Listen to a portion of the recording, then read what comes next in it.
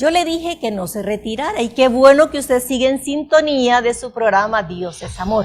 Tenemos con nosotros al padre Byron Kamen. ¿Quién es él?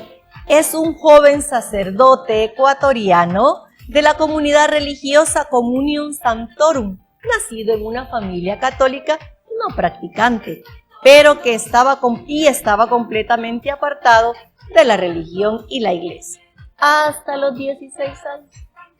Tiempo luego comenzó a acercarse a la fe.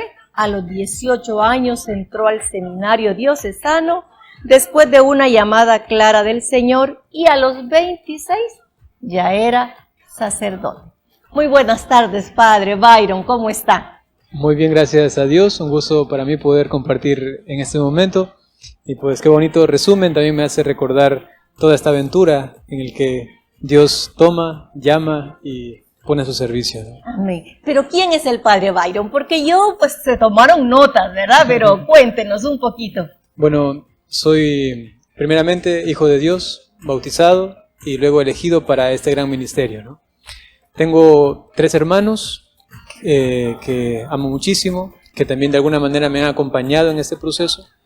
Mis padres aún viven, ellos también han orado. Al principio un poquito renuentes a la vocación, no, porque inclusive hasta un poco de lágrimas, hasta pensar, estoy equivocado, ¿no? Pero luego de unos meses, específicamente al año, estaban totalmente orgullosos y convencidos de que ese camino era el camino feliz para mí.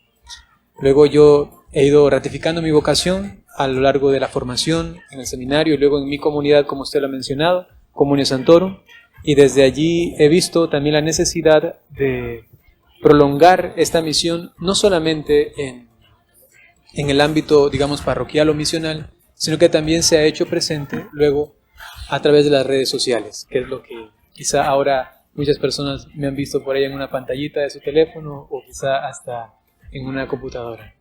Interesante porque es una súper breve, por supuesto, pero se nota que cómo Dios tiene sus caminos para cada quien, ¿verdad? Sí. El tema que hoy vamos a tratar, queridos hermanos, es luces y sombras de la evangelización digital. A lo mejor para muchos de nosotros, bueno, ¿y de qué tratará? Vamos a ver de qué trata. A ver, ¿cómo se inició en la evangelización a través de los medios digitales, padre? Al principio yo no tenía mucho deseo de hacerlo, inclusive cuando seminarista, como he tenido la gracia, la bendición de Dios de ya ser misionero, ya como seminarista, ¿no? Visitaba aquí justamente El Salvador, venía desde el año 2011 y luego tuve la oportunidad de ir a Estados Unidos, también a Europa, y me iba dando cuenta de la necesidad de la claridad de la fe. ¿A qué me refiero? He notado que había mucha confusión en los ambientes donde me movía. ¿Será que el diablo existe? Pero aquel sacerdote dice que no, aquel sacerdote dice que sí. ¿Es verdad que Jesús está realmente presente en la Eucaristía? He escuchado que han dicho que sí, que no, y había una falta de conocimiento. Ya el Señor decía, mi pueblo perece por falta de conocimiento, ¿no? Entonces, había como una especie de patrón en cada lugar donde yo acudía. Y muchos me decían, seminarista en ese entonces Byron, ¿no? Me decían, Byron, ¿por qué no haces videos en internet, en YouTube? Ese tiempo era como el apogeo del YouTube. Y yo decía, no quiero. Y así estuve por algunos años, diciendo no. Hasta que solamente cuando llegué a sacerdote, después de un año, tuve una misión en Alemania. Y en Alemania yo todavía no manejaba el idioma. Y entonces solo celebraba la misa, pero no predicaba. Y ya llevaba 1 mes, 2 meses, y no tenía a quién predicar. Entonces dije, creo que esa es la oportunidad. Ya que aquí a nadie predico y me arde el corazón el deseo de hacerlo. Entonces le pregunté a mi padre superior y le dije, ¿será que puedo grabar un video en internet predicando en español para la gente de Latinoamérica? Me dijo, tú tienes vocación para eso. Me dijo, sí, hazlo. Pero diciéndome como, si vas a hacerlo, hazlo muy bien. Entonces comenzó todo este proyecto de evangelización. Porque eso es lo interesante con su proyecto, padre Byron, que no es una prédica como tal, que son lindas, por cierto, cualquier prédica que llene el corazón, pero usted clarifica aquellas ideas a lo mejor ciertas o erróneas, o que juzgamos a alguien, o que decimos de alguien, y a lo mejor estamos equivocados, ¿verdad? Así es. Y entonces ese es como su gran objetivo. ¿Veo yo? Sí, De vez en cuando subo alguna predicación, pero como usted lo ha dicho, no es lo fuerte, sino más bien justamente esto, brindar luz, no según la opinión de un tal padre que se llama Byron Kaufman o algo así, sino que siempre lo que dice la iglesia. Tal cuestión, aquí está el catecismo, aquí está la tradición, aquí está el magisterio de la iglesia, los documentos oficiales de la iglesia. Es decir, no soy yo lo que estoy proponiendo esto, sino que esto es lo que dice la iglesia al respecto. Y con eso no hay que darle vueltas, ¿no? Entonces esa es mi misión. Es su misión eso. Entonces puedo decir yo perfectamente, y los hermanos apreciar esto, que usted, esas son las luces que tiene el evangelizar a través de estos medios digitales, que usted no puede estar en todas partes, pues, claro. ¿Verdad? Pero las plataformas y los medios digitales que usted maneja sí llegan a mucha gente y le clarifican su fe. ¿Esto puedo entenderlo como la luz que tiene esto? Así es, justamente en la descripción, digamos, del proyecto, porque armé todo un proyecto de esto, ¿no? Es que se pueda brindar, arrojar luz en los temas de fe, en un mundo donde hay mucha confusión, mucha tiniebla al respecto justamente de la doctrina.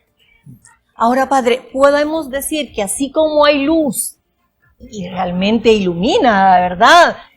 Clarifica y uno dice, ok, ya entendí por dónde andaba, pero también pueden haber algunas oscuridades en lo que es la evangelización digital. Yo he notado, sí, algunos, digamos, hasta patrones que se dan en el caso de las personas que acuden a ver los videos en internet, ya no solamente del padre Byron, ¿no? O de un padrecito o de un sacerdote millennial, que son los dos canales principales, sino también en general. Los sacerdotes, religiosos, misioneros, predicadores dan material, dan muchos, inclusive no solamente audiovisual, sino también de forma de texto, para que recurramos en internet. Sin embargo, un peligro que yo he visto, y eso es como una especie de sombra, ¿no? Es que se pueden mal acostumbrar los que consumen esta información. ¿Por qué? Porque si usted ve una prédica de 1 hora y al lado ve una de 5 minutos, casi que por inercia se va a la de 5 minutos y quiere todo como ya masticado, quiere todo como sin profundización. Y eso es un grave peligro, porque luego solamente me sé unas citas bíblicas, pero ni siquiera he leído la Biblia, ¿no? Solamente me la sé porque el Padre ha dicho y yo las he anotado y ya está. Y con eso me defiendo. Pero luego la profundización. Por otro lado, otra sombra que yo veo allí que es muy importante es al respecto de las nuevas generaciones. Se sabe por algunos estudios que ya se está hablando de la primera generación con el coeficiente intelectual menor que el de sus padres. ¿Por qué? Porque la tecnología ha hecho incapaz al joven, al niño, de profundizar, reflexionar, de interiorizar los datos, porque ahora todo va directamente casi masticado. Digerido. Y ese es el problema que puede haber también en la evangelización, que entonces no se lee la Biblia, no se va al catecismo, no se va al documento magisterial, sino que se queda solo con el video de internet. Entonces también un reto, esa sombra se vuelve un reto para el evangelizador, para decirle, ahora te toca a ti. Eso ha sido un abreboca y anda tú y profundiza. Es interesante lo que está manifestando, Padre, porque aún a nivel psicológico están los psiquiatras, los psicólogos hablando que los niños de temprana edad no estén con el celular, sino que les presten, que se aburran, que les presenten una dificultad para que su ingenio empiece a trabajar. Nos puede estar pasando también a los católicos con respecto, sobre todo, a la lectura de la Biblia. Exacto, sí. Y de allí luego se desprende una falta de seguridad, ¿no? Porque si no he tenido un trato directo, en este caso con la palabra de Dios, ¿no? Solamente me he quedado con la reflexión, luego la experiencia que uno tiene, eso es lo que más da. O sea, no estamos en una religión o en una iglesia de conceptos, ¿no? Sino que es una experiencia con Jesucristo. Y si el internet, las redes sociales, me apartan de esa experiencia, pues básicamente todo lo que yo pueda aprender no me va a servir para nada. Luego, la red social puede hacer que se convierta tan digitalizado mi conocimiento de Dios, que me aparto de la comunidad, que ya no voy a misa, que es lo que ha ocurrido en algunos lugares. Recientemente escuchaba a alguien que me decía, en mi comunidad muchas personas dicen, ¿para qué ir a misa presencial si puedo hacerlo por internet? ¿No? porque ya se han quedado con este gusto, ¿no?, de lo fácil, de lo sencillo, en el sentido de, inclusive de ociosidad. Nos hemos acomodado después de la pandemia Sí. también, Padre, a decir, no, si yo veo la misa por televisión, pero la estoy oyendo, pero estoy lavando los trastes, estoy haciendo, o sea, no estoy en misa. Y claro que es valedero para las personas que no tienen la capacidad de moverse o que están enfermitos, por supuesto. Pero para aquellos que sí lo pueden hacer, pues realmente es una sombrita que está ahí en lo que son los medios digitales, de verdad. Sí, así es. Y por eso también tenemos que hablar de eso, ¿no? Por favor, ya no está levantado el precepto de ir a misa el domingo, misa completa, ¿no? En el tiempo de pandemia sí se levantó esto, pero luego pues todos deberían, y es un compromiso como católico, o si no sería un pecado grave, ¿no? El no asistir, porque nuestra iglesia pues tiene los 5 mandamientos, ¿ve? Y es oír misa completa, que eso es uno de ellos. Ahora, Padre, ¿cómo se debe seguir avanzando en la evangelización digital a nivel de nuestra iglesia católica? El futuro, creo que gran parte de la evangelización va a constar y a estar dentro de el mundo digital. Eso creo que es ya inevitable, ¿no?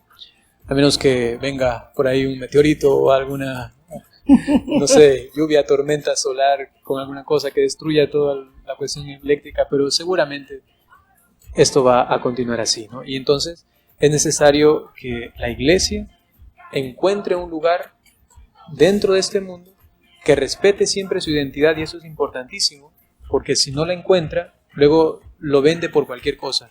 Hay muchos casos, lamentablemente, de sacerdotes o religiosas que casi que han perdido su identidad solamente por likes, solamente por presentarse a sí mismos, ¿no?